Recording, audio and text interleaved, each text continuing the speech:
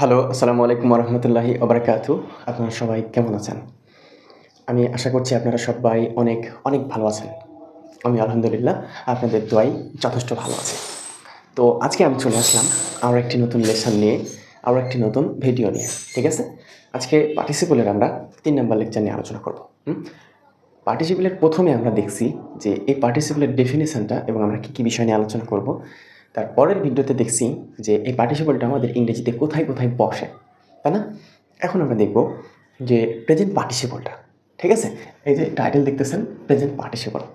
এখন আমরা এই প্রেজেন্ট পার্টিসিপলের A to Z মানে শুরু থেকে শেষ পর্যন্ত যা কিছু আছে, আমাদের জব বলেন, অ্যাডমিশন বলেন এবং এইচএসসি বলেন, সাথে এসএসসি, যা কিছু লাগে সব কিছু আমরা কভার করে নেব আমাদের এই সিরিজে। ঠিক আছে? তো এই পার্টিসিপল সম্পর্কে আমাদের খুব বেশি জানার নেই, তবে এর ব্যবহার সম্পর্কে আমাদের জানতে হবে। ঠিক আছে? তো পার্টিসিপল সম্পর্কে প্রথমে একটু প্রাথমিক ধারণা দিই, তারপরে আমরা এর ব্যবহার, এর ব্যবহার বলতে এটা কখন, কোথায়, কিভাবে ব্যবহার হয় সেটা নিয়ে আমরা আলোচনা করব। ওকে? এবং আমরা অনেক সময় কনফিউজড হয়ে পড়ি। এই ভার্বের আইএনজি দেখলেই মাথায় সেট হয়ে যায় যে এটা কি জিরান্ড নাকি এটা পার্টিসিপল, না এটা পার্টিসিপল, না এটা জিরান্ড, তাই না? তো এই মুহূর্তে আপনার মাথা থেকে জিরান্ড নামক শব্দটি ডিলিট করে দেন। বোঝেননি ব্যাপারটাই? এই মুহূর্তে আপনার মাথা থেকে জিরান্ড নামক শব্দটি ডিলিট করে দেন। গ্রামারে আপনার মাথায় জিরান্ড এবং গ্রামারের অন্যান্য যে টপিকগুলো আছে সব কিছুই নাই, আছে শুধুমাত্র একটাই, সেটা হচ্ছে পার্টিসিপল। এই পার্টিসিপলকে অ্যানালাইসিস করার জন্য যদি আমাদের জিরান্ডের কাছে যেতে হয় আমরা যাব, যদি আমাদের গ্রামারের প্রত্যেকটা টপিকের কাছে যেতে হয় আমরা যাব, কিন্তু পার্টিসিপলকে একদম ফিনিশ করে ছাড়ব। ঠিক আছে? তো প্রথমে আমরা একটু এই পার্টিসিপলটা সম্পর্কে একটু জানি। এই পার্টিসিপলটা হচ্ছে আমাদের একটা ভার্বের রূপ। ভার্বের কোন রূপ? ভার্বের সাথে আইএনজি যুক্ত রূপ। ভার্বের কয়টা রূপ? প্রধান বলবে যে হচ্ছে প্রেজেন্ট, পাস্ট, পাস্ট পার্টিসিপল, তাই না? কিন্তু আবার অনেকেই বলবে যে না, ভার্বের হচ্ছে 5টা রূপ। আর দুটা কোত্থেকে ফেলেন? আর দুটা হচ্ছে একটা এস বাই এস যুক্ত রূপ এবং আরেকটা হচ্ছে ভার্বের আইএনজি রূপ। যদি আমি 5টাই ধরি, ভার্বের 5টা রূপ, তাহলে তার ভিতরে এইটা হচ্ছে একটা ভার্বের আইএনজি যুক্ত ফর্ম। ঠিক আছে? তো আমরা প্রেজেন্ট পার্টিসিপলটা হচ্ছে ভার্বের বেস ফর্মের সাথে আইএনজি যুক্ত থাকবে। বুঝেছেন? 2 নম্বর তথ্যটা যেটা জানতে হবে সেটা হচ্ছে এই পার্টিসিপলটা আমাদের অ্যাডজেক্টিভ অ্যান্ড ভার্ব এর কাজ করবে। বাক্যে এই পার্টিসিপলটা মানে ভার্বের আইএনজি যুক্ত ফর্মটা কিসের কাজ করবে? অ্যাডজেক্টিভ এবং ভার্বের মতো কাজ করবে। এই কারণে আমরা অলরেডি নেসফিল্ড বলেছিল যে এটাকে ডাবল পার্ট সাফিক্স ফিক্স বলা হয়। কী কারণে? এই যে অ্যাডজেক্টিভ এবং ভার্বের কাজ করার জন্য। ওকে? তো 3 নম্বরে আমাদের এখান থেকে যে জিনিসটা জানতে হবে সেটা হচ্ছে ইহা। ইহা বলতে কিহা? ইহা বলতে এই যে পার্টিসিপলটি, ইহা সাধারণত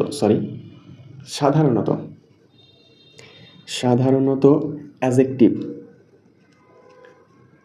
মানে আপনি একটা ভার্বের আইএনজি যুক্ত ফর্ম দেখলেন, প্রথমে আমরা সেটাকে বলে দেবো এটা হচ্ছে অ্যাডজেক্টিভ। যদি পার্টিসিপল হয় তাহলে সেটা অ্যাডজেক্টিভ। এবং ইহার কাজ অ্যাডজেক্টিভ যদি হয় তাহলে তার কাজ কি? নাউনকে কোয়ালিফাই করা। নাউন কোয়ালিফাই হইল আমাদের পার্টিসিপল সম্পর্কে। মূল যে কথা সেটা হচ্ছে যে এটা হচ্ছে ভার্বের একটা আইএনজি রূপ।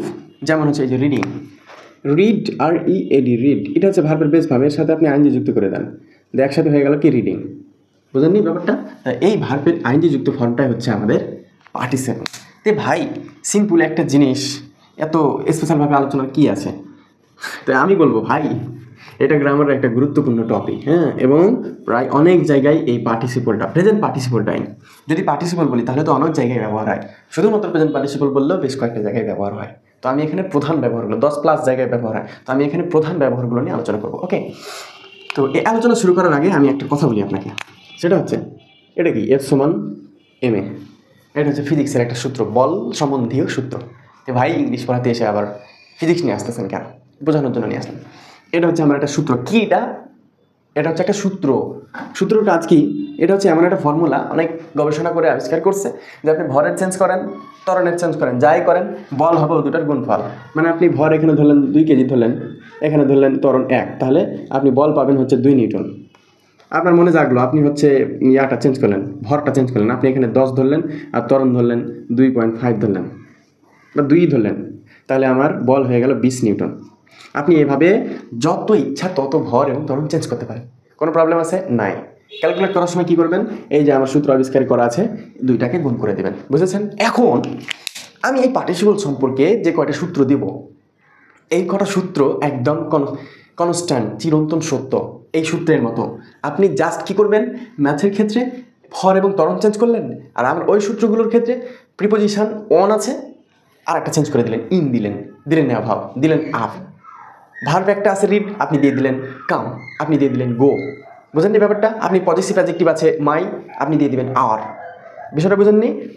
আমি আশা করি বিষয়টা বুঝতে পারছেন। তো এইরকম আমি বেশ কয়েকটা এখন সূত্র দিয়ে দিব, ওই সূত্র দিয়ে আপনারা প্র্যাকটিস করতে থাকবেন, ঠিক আছে? এখানে আমি কিন্তু প্র্যাকটিস করাতে পারবো না ভাই, এখানে জাস্ট আমি শুধু দেখিয়ে দেবো যে বিষয়টা আসলে কীভাবে কী, ঠিক আছে?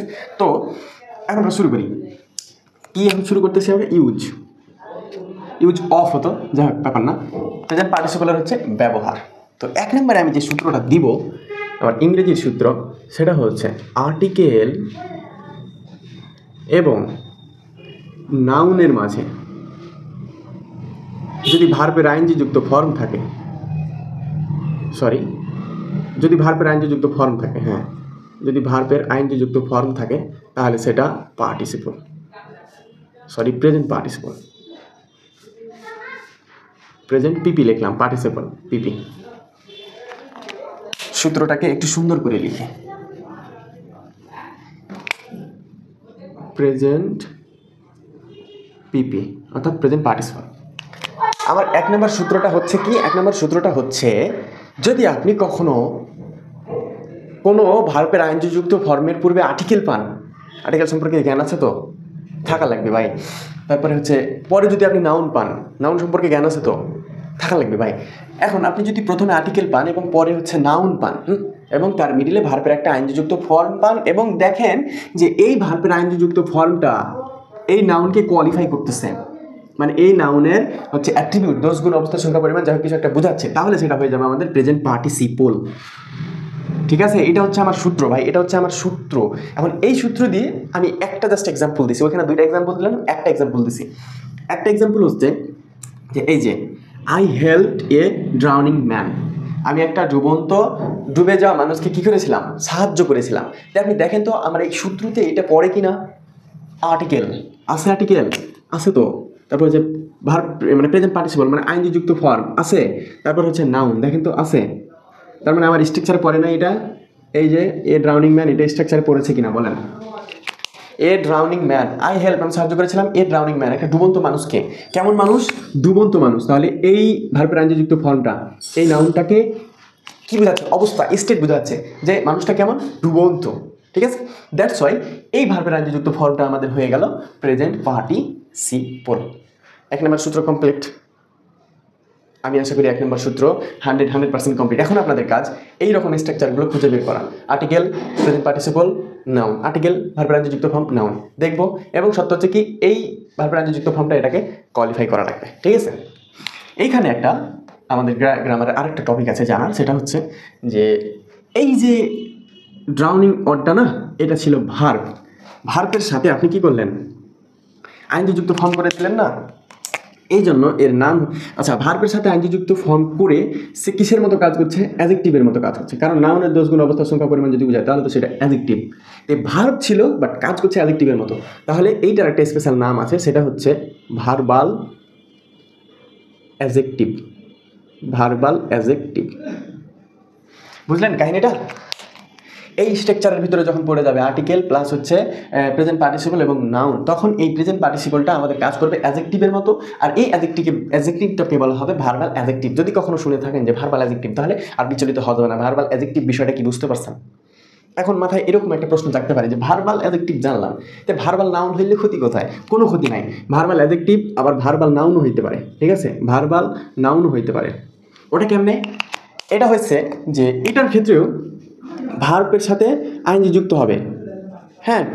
এখন এটা কি ভার্বাল অ্যাডজেক্টিভ নাকি ভার্বাল নাউন? যদি আপনি দেখেন যে এর পূর্বে আছে হচ্ছে আর্টিকেল, হ্যাঁ, এর পূর্বে আর্টিকেল মানে এই স্ট্রাকচার এবং তারপরে নাউন, তাহলে এটা হবে আমার কি?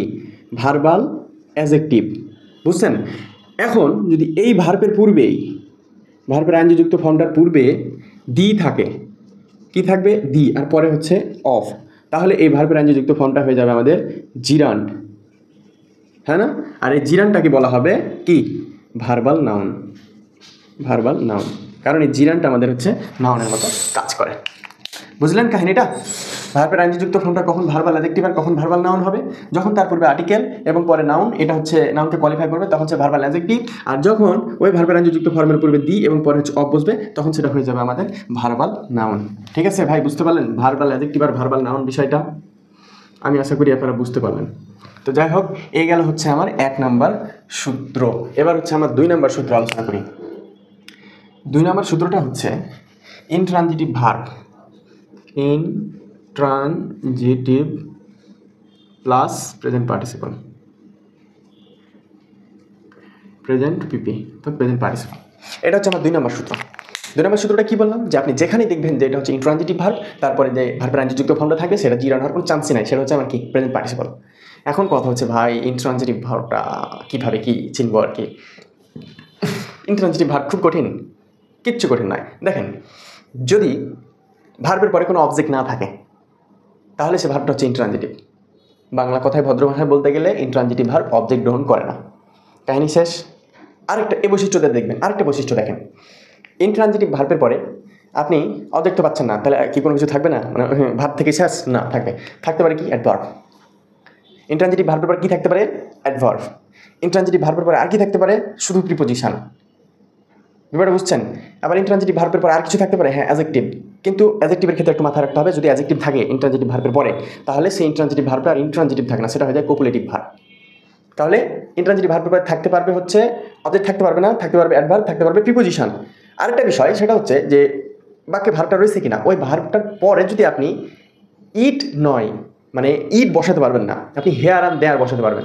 ধরেন কাম হচ্ছে আমার একটা ভার্ব, আপনি পেলেন এক সেন্টেন্সের ভিতরে একটা ভার্ব পেলেন, এরপরে আপনি ইট বসাতে পারবেন না, মানে ইট বসালে অর্থটা সম্পূর্ণ হবে না, কাম ইট, এটা কোনো কথা হলো? কোনো কথা নাই। বাট আপনি যদি কাম হেয়ার করেন, করা যায় না?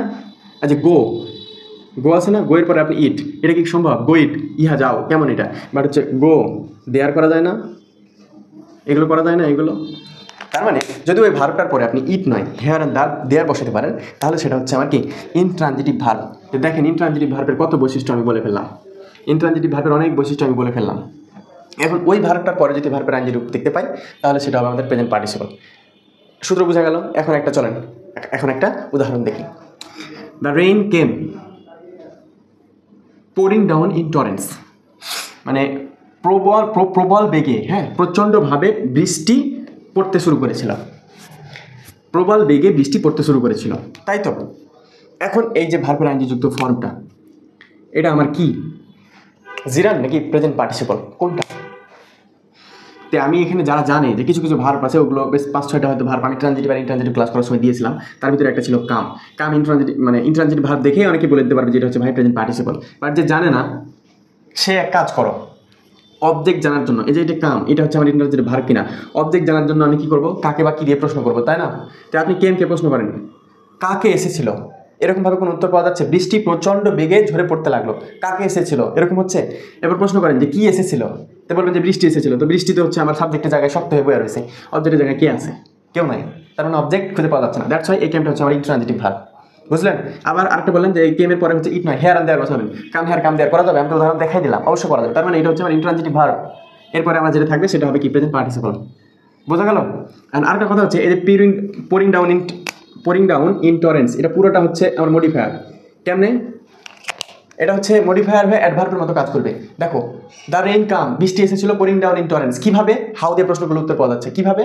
প্রচণ্ড বেগে প্রবল বৃষ্টি এসেছিল। ঠিক আছে? তো এটা এখানে কাজ করেছে হচ্ছে আমার, বলতে পারবো আমি মডিফায়ারের মতো কাজ করছে এখানে, মডিফায়ারের মতো, কারণ এটাকে হাউ দিয়ে প্রশ্ন করলে সেটার উত্তর পাওয়া যাচ্ছে। ঠিক আছে?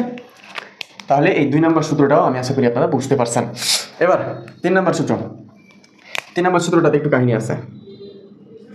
3 নম্বর সূত্রটা হচ্ছে প্রিপোজিশন। আপনি পেলেন প্রিপোজিশন, তারপরে পজিটিভ অ্যাডজেক্টিভ আপনি পেলেন, তারপরে আপনি ভার্বের আইএনজি যুক্ত পেলেন, তো এটা হয়ে গেল প্রেজেন্ট, এটা হয়ে গেল আমার হচ্ছে জিরান্ড। ভাই আপনি পড়াচ্ছেন হচ্ছে পার্টিসিপল, আবার জিরান্ডে চলে গেলেন। দেখো কাহিনিটা দেখাই, এখানে হচ্ছে তুমি পজিটিভ অ্যাডজেক্টিভটা পাবা, হ্যাঁ। আর আরেকটা স্ট্রাকচারে তুমি এখানে প্রিপোজিশন পেলে, বাট এখানে পজিটিভ অ্যাডজেক্টিভটা তুমি পেলে না, এটা হয়ে গেল প্রেজেন্ট পার্টিসিপল, এখানে তুমি পেলে না। কাহিনিটা কি? কাহিনিটা হচ্ছে আপনি একটা প্রিপোজিশন পাবেন, তারপরে যদি একটা পজিটিভ অ্যাডজেক্টিভ পান। ভাই এখন যদি আপনি প্রিপোজিশন না চিনেন, পজিটিভ অ্যাডজেক্টিভ না চিনেন, তাহলে আমার কিছু করার নাই। করার আছে একটা, সেটা হচ্ছে আপনি আমার চ্যানেলের মানে আগের ভিডিওগুলো অথবা আমার না থাকলে অন্য কোনো জায়গা থেকে পড়ে আসেন, করার নাই, অনেক কিছু করার আছে। প্রিপোজিশনের পরে পজিটিভ অ্যাডজেক্টিভ যদি আপনি পান, তাহলে তারপরে আইএনজি যুক্ত যে ফর্মটা আছে সেটা হবে আমাদের জিরান্ড। বাট আপনি যদি ওই জায়গাতে প্রিপোজিশনের পরে নির্দিষ্ট কোনো পজিটিভ অ্যাডজেক্টিভ না পান, মাই আওয়ার এগুলো না পান, মাই আওয়ার ইওর, ঠিক আছে, এগুলো যদি আপনি না পান, তাহলে সেটা হয়ে যাবে আমাদের প্রেজেন্ট পার্টিসিপল। কাহিনিটা বোঝা যায় না? চলো উদাহরণ দেখি। He insisted on my going there. আমার সেখানে যাওয়ার জন্য সে আমাকে মানে বলেছিল এবং জোরারোপ করেছিল যে সে চায় যে আমি সেখানে যাই। হি ইনসিস্টেড ওয়ান, সে চেয়েছিল মাই গোয়িং দেয়ার, আমি সেখানে যাই, এবং এই বিষয়ে সে জোরারোপ করেছিল, ইনসিস্টেড অন, জোরারোপ করা, ঠিক আছে। সে চেয়েছিল যে আমি সেখানে কি করি, যাই, তাই তো। তো এই যে দেখেন এখানে আপনি পেয়েছেন একটা প্রিপোজিশন ওয়ান, তাই না? তারপরে মাই দেখেন, এটা হচ্ছে আমার পজিটিভ অ্যাডজেক্টিভ, তারপর আইএনজি যুক্ত ফর্ম। আই মি মাই দেখেন, আই সাবজেক্টিভ ফর্ম বা nominative form, me objective form, my, we, us, our, ঠিক আছে না? এটা হচ্ছে সাবজেক্টিভ ফর্ম বা নমিনেটিভ ফর্ম, এটা হচ্ছে অবজেক্টিভ ফর্ম, এটা হচ্ছে পজিটিভ অ্যাডজেক্টিভ। তো এই মাইটা হচ্ছে আমার কি পজিটিভ অ্যাডজেক্টিভ। তার মানে আমি এখানে দেখতে পাচ্ছি যে এই প্রিপোজিশনের পরে একটা পজিটিভ পাচ্ছি, তারপরে ভার্বের আইএনজি যুক্ত পাচ্ছি। তার মানে এই গোয়িংটা এখানে আমার কি প্রেজেন্ট পার্টিসিপল? নো, এটা হচ্ছে আমার এখানে জিরান্ড, এবার পরের সেন্টেন্সটা দেখেন, প্লিজ অবলিগ মি, হ্যাঁ আমাকে রক্ষা করো বা কৃতজ্ঞ করো, by wall living the room, তোমরা সবাই রুমটা ত্যাগ করে আমাকে রক্ষা করো বা আমাকে কৃতার্থ করুন, এইরকম একটা অর্থ। এইখানে দেখেন তো বাই একটা প্রিপোজিশন না, ওয়াল কি কোনো পজিটিভ অ্যাডজেক্টিভ না, ওয়াল হচ্ছে ইনডিফিনাইট প্রোনাউন। আমি কিন্তু ওই যে ইনডিফিনাইট প্রোনাউনের একটা ম্যাজিক দিছি, ফার্মন স্টার, ওইটা দ্বারা ইনডিফিনাইট প্রোনাউনগুলো মনে রাখার আমি দিয়েছি, হ্যাঁ। তো ওইখানে আপনি দিয়ে দেখবেন ওয়াল আছে, ওয়াল এনিবডি অ্যানাদার, তাই না? দিয়ে আছে, তো এই ওয়ালটা আমাদের কোনো পজিটিভ অ্যাডজেক্টিভ নয়। তারপর আপনি ভার্বের আইএনজি যুক্ত ফর্ম পেয়েছেন, তার মানে এই লিভিংটা এখানে এখন হয়ে গেছে প্রেজেন্ট পার্টিসিপল। বুঝলেন কাহিনিটা? এটা হয়ে গেল আমার প্রেজেন্ট পার্টিসিপল। এই সূত্রটা হচ্ছে প্রিপোজিশনের পরে আপনি পজিটিভ অ্যাডজেক্টিভ যদি পান, তাহলে তারপরে ভার্বের আইএনজি যুক্ত ফর্মটা হচ্ছে জিরান্ড। প্রিপোজিশনের পরে পজিটিভ অ্যাডজেক্টিভ যদি আপনি না পান, তারপরে ভার্বের আইএনজি যুক্ত পান, তাহলে সেটা হচ্ছে কি প্রেজেন্ট পার্টিসিপল। কাহিনি খতম ভাই, কাহিনি খতম। আমার 3 নম্বর সূত্র কমপ্লিট। এবার 4 নম্বর রুলটা খুব সহজ। 4 নম্বর রুলটা হচ্ছে অ্যাডভার্বের পরে প্রেজেন্ট পার্টিসিপল বসবে, খুব সহজ। অ্যাডভার্বের পরে প্রেজেন্ট পার্টিসিপল বসবে, হ্যাঁ। যদি কোথাও অ্যাডভার্ব দেখেন তারপরে ভার্বের আইএনজি যুক্ত ফর্ম পান, তাহলে সেটা হবে কি present participle. Suddenly finding himself alone, he became frightened. হঠাৎ করে সে নিজেকে একা খুঁজে পেয়ে, মানে নিজেকে একা দেখে হি বিকেম ফ্রাইটেন্ড, সে বিচলিত হয়ে পড়লো। এই যে সাডেনলি আমার অ্যাডভার্ব না, এই সাডেনলির পরে যে ভার্বের আইএনজি যুক্ত ফর্ম, তার মানে এটা হচ্ছে আমার প্রেজেন্ট পার্টিসিপল। এখন কথা হচ্ছে যে সাডেনলি অ্যাডভার্ব এটা কীভাবে বুঝলেন, বা সাডেনলি যদি আপনি বুঝে থাকেন অ্যাডভার্ব, তাহলে অ্যাডভার্বের কোন ক্যাটাগরিতে পারে? 8 রকমের আছে না, কি? Time, place, manner, frequency, order, তারপর হচ্ছে কি পারপাস, তারপর হচ্ছে কজ অ্যান্ড ইফেক্টস। তো এটা কোনটার ভিতরে পড়ে? সাডেনলি কোনটার ভিতরে পড়ে? দেখেন তো, যে সাডেনলি ফাইন্ডিং হিমসেলফ অ্যালোন, হঠাৎ করেই তাকে একা দেখে হি বিকেম ফ্রাইটেন্ড, হঠাৎ করে। এখন এই হঠাৎটা কি বোঝাচ্ছে? এই হঠাৎকে আপনি একবার হোয়েন দিয়ে প্রশ্ন করেন, আর একবার প্রশ্ন করেন হাউ। মানে সে হঠাৎ করে নিজেকে একা খুঁজে পেল, হঠাৎ করে, কখন? মানে হোয়েন দিয়ে যদি প্রশ্ন করেন কখন, তাহলে কি উত্তরটা আসছে হঠাৎ করে, হালকা একটু বলা যায়। বাট আপনি যদি বলেন হাউ, কীভাবে সে খুঁজে পেল? হঠাৎ করে, তাই না? হোয়েন বলতে কখন, হোয়েন বলতে কালকে, আগে, পরে, এখন, আজকে রাতে, আজকে, আগামী দিন। হোয়েন বলতে সময়, আর হাউ বলতে কেমন করে, হঠাৎ করে, আস্তে আস্তে, ধীরে ধীরে, জোরে, তাই না? এই সাডেনলিটা এমন একটা ওয়ার্ড যেটাকে আপনি হোয়েন দিয়ে প্রশ্ন করলে উত্তরটা পাবেন, বাট এটা হচ্ছে হালকা, হ্যাঁ, এটা হচ্ছে হালকা। আপনি যদি হাউ দিয়ে প্রশ্ন করেন তাহলে বেশি উত্তর অ্যাপ্রোপ্রিয়েট হচ্ছে, উত্তরটা বেশি অ্যাপ্রোপ্রিয়েট হচ্ছে। তার মানে এই সাডেনলিটা কেউ হচ্ছে অ্যাডভার্ব অফ টাইম বলে, এটা কম গ্রহণযোগ্য, আর এটা হবে অ্যাডভার্ব অফ ম্যানার। কারণ ম্যানারের কাজ হচ্ছে কি, হাউ, কিভাবে সেটা ঘটলো। হাউ বলতে কার্য, মানে ক্রিয়াটা কিভাবে ঘটতেছে সেটার উপর প্রায়োরিটি দেওয়া হচ্ছে ম্যানার। দ্যাটস ওয়াই এই সাডেনলিটা আমার হচ্ছে কি অ্যাডভার্ব অফ ম্যানার। এর আরেকটা কথা আছে, যে কোনো শব্দের শেষে, হয়তো আপনি শব্দের শেষে এলয় দেখে অ্যাডভার্ব বলছেন, একটা শব্দের শেষে এলয় থাকলে সেটা অ্যাডভার্ব হবে, এটা কোনো কথা নয়। কিন্তু যদি অ্যাজেক্টিভের সাথে এলয় যুক্ত হয় তাহলে সেটা অ্যাডভার্ব হবে, বাট যদি নাউনের সাথে এলয় যুক্ত হয় তাহলে সেটা কি হবে, অ্যাজেক্টিভ। অ্যাজেক্টিভের সাথে এলয় যুক্ত হলে সেটা অ্যাডভার্ব, বাট নাউনের সাথে এলয় যুক্ত হলে সেটা হবে কি, অ্যাজেক্টিভ। সমস্যা নেই, আমি হচ্ছে এত কনফিউজ হওয়া যাবে না, আমি অ্যাডভার্বের ক্লাস নেবো, তখন সব কিছু ক্লিয়ার হয়ে যাবে। ওকে, সব কিছু ক্লিয়ার হয়ে যাবে। তাহলে আমাদের 4 নম্বর রুলটাও কমপ্লিট হলো। হ্যাঁ, তাহলে এটা হচ্ছে ফাইন্ডিংটা হচ্ছে আমার কি, প্রেজেন্ট পার্টিসিপল। এবার 5 নম্বর রুল, 5 নম্বর সূত্র। 5 নম্বর সূত্রটা হচ্ছে যে, বলি, সিম্পল সেন্টেন্সে একসাথে দুইটা কাজ হলে, সিম্পল সেন্টেন্সে একসাথে দুইটা কাজ হলে প্রথমটি প্রেজেন্ট পার্টিসিপল হবে। বোঝা গেল? সিম্পল সেন্টেন্স আপনি পেলেন, সিম্পল সেন্টেন্সে দেখছেন দুইটা কাজ, তাহলে প্রথম কাজটাকে কি করবো, প্রথম কাজটাকে আপনি ভার্বের আইনজি যুক্ত করে দেবেন, কারণ সেটা আপনার প্রেজেন্ট পার্টিসিপল হবে। আপনি জানেন, আপনার সূত্র এটা চিরন্তন সত্য, ইউনিভার্সাল ট্রুথ, যে সিম্পল সেন্টেন্সে যদি একসাথে দুইটা কাজ হয় তাহলে প্রথম কাজটা হবে প্রেজেন্ট পার্টিসিপল। এখন কথা হচ্ছে, আপনি সিম্পল সেন্টেন্স চিনেন তো? চেনা লাগবে ভাই। সিম্পল সেন্টেন্স হচ্ছে এখানে একটা মাত্র ইনডিফিনাইট ক্লজ থাকবে, এখানে হচ্ছে একটা সাবজেক্ট, একটা ফাইনাইট ভার্ব থাকবে, এবং এটা একটা পূর্ণ বাক্য, বাক্যের একটা পূর্ণ অর্থ প্রকাশ করবে। এটা হচ্ছে সিম্পল সেন্টেন্স। হ্যাঁ, তো এই যে riding A horse, he went to A distant place, subject, finite verb, ঠিক আছে। তারপরে হচ্ছে পূর্ণ অর্থ প্রকাশ, দুইটা কাজ, একটা হচ্ছে রাইডিং, একটা হচ্ছে ওয়েন্ট, এই যে দুইটা কাজ। একটা হচ্ছে ঘোড়ায় চড়ে সে ডিস্ট্যান্স, একটা নির্দিষ্ট দূরত্বে চলে গিয়েছিল। ঘোড়ায় চড়ছে একটা কাজ, আবার চলে গেছে দুইটা, গিয়েছিল দুইটা কাজ না? তো প্রথম কাজটা কি, রাইড, ঘোড়ায় চড়া। সুন্দর করে রাইডের পিছনে আইনজি যুক্ত করে দেন, দ্যাটস হয়ে গেল রাইডিং, সেটা হয়ে গেল কি, রাইডিং। আমি আশা করি আপনারা 5 নম্বর রুলটা বুঝতে পারছেন। এবার 6 নম্বর রুল, এটা আরও সহজ। 6 নম্বর রুলটা হচ্ছে কি, কন্টিনিউয়াস টেন্সে প্রেজেন্ট পার্টিসিপল হয়।